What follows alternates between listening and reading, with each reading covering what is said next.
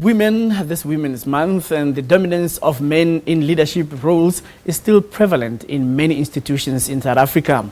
Although the challenges facing female leaders are not unique, the fact remains there are fewer women in leadership positions than men.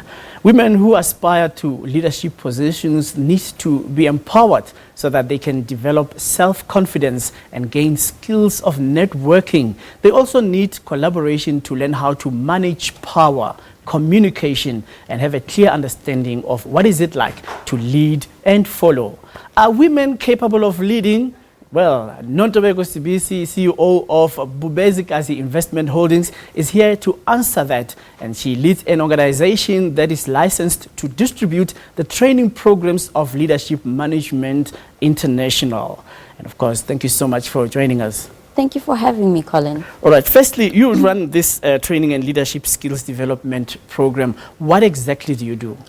Well, firstly, we take an individual through a process of firstly discovering who they are, what is their purpose in life, and authentically walking them through a process of finding the authentic style of leadership, changing their attitudes and behavior to accelerate the progress of the overall organization.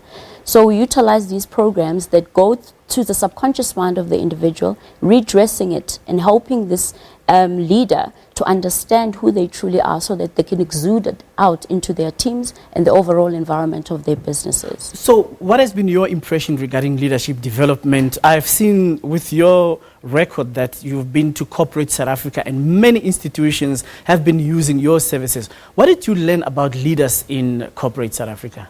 One of the main things that I'm gradually getting to learn, obviously it's a process, I cannot sum it up and say I've learned, I'm still learning the process.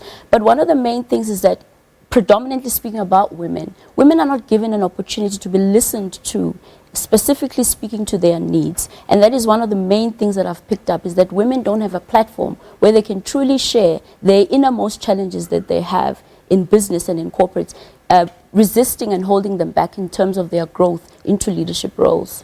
Now, when somebody has to get in a leadership role, one would question that you come from a background of just being a young person and you grew up. Then how did you choose to do leadership training? Okay, well, it has been a process. I started the business in 2011, and in 2012 I was approached with an opportunity to go through the Leadership Management International programs.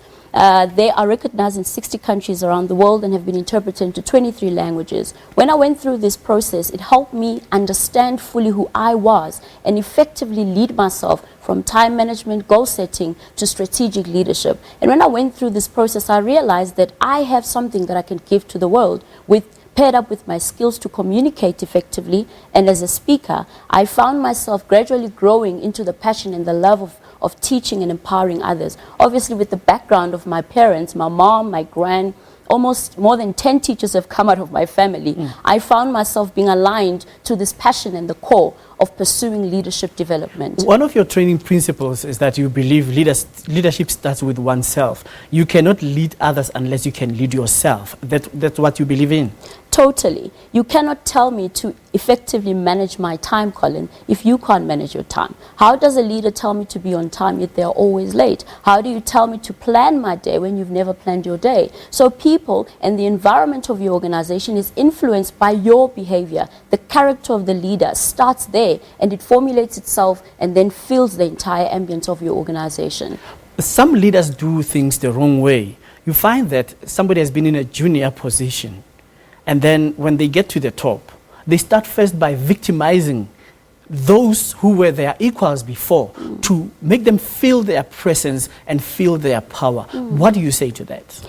Well, there are many ways that we can look at that, but the most common and dominating one is that those leaders tend to not yet know who they are. Identity in leadership is critical, because when you know who you are as a leader, you understand your strengths, you are not offended by what others can bring to the team. You allow them a room and a platform to being empowered. But what about dictatorship? Because other people are so power hungry. Well, that's different. Dictatorship is somebody who's afraid of being broken and being vulnerable. And that's the beauty of the different styles of leadership. There are diverse styles of leadership. What's very common and actually trending is transformational leaders who are able to create an ambience where they empower their employees, thereby making them signatories in their areas of leadership and transforming the overall atmosphere of the organization. But there has been talk that women also bring each other down. What do you say about that? Women do bring each other down, but on different levels. You must remember that women were conditioned to see themselves as not good enough. We've been trained to see ourselves as just mothers, household managers, basically. And it takes a lot for a woman to walk a journey of transforming to believing that she can lead. How much more when someone else comes and contests that space? Hence, I keep highlighting that in order for you to be a long-lasting, impactful, and transformational leader, you need to be consciously aware of your strength, be confident of your identity, and your purpose in that organizational position. And thereafter, you shall not be intimidated by other people, whether around you or in your teams. Right. So with the landscape of leadership being broadened in South Africa, the call for women empowerment, gender equity, and the likes, what is your view and going forward? What is it that you want to advocate for women?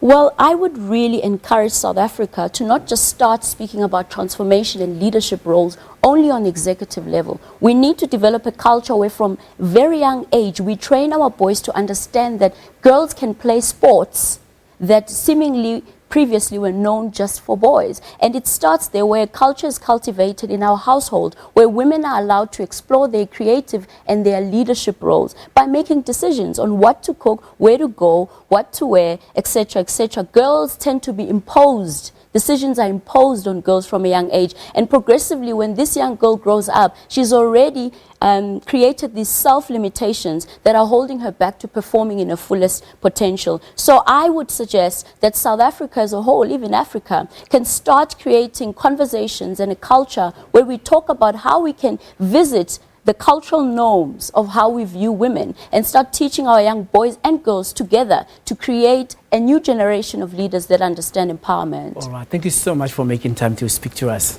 Thank you. All right. That's Sibisi, who is the CEO of Bhubesikazi Investment Holdings, talking to us about women in leadership. We're going to take a break, and when we come back, the news headlines with Peter and Palisa.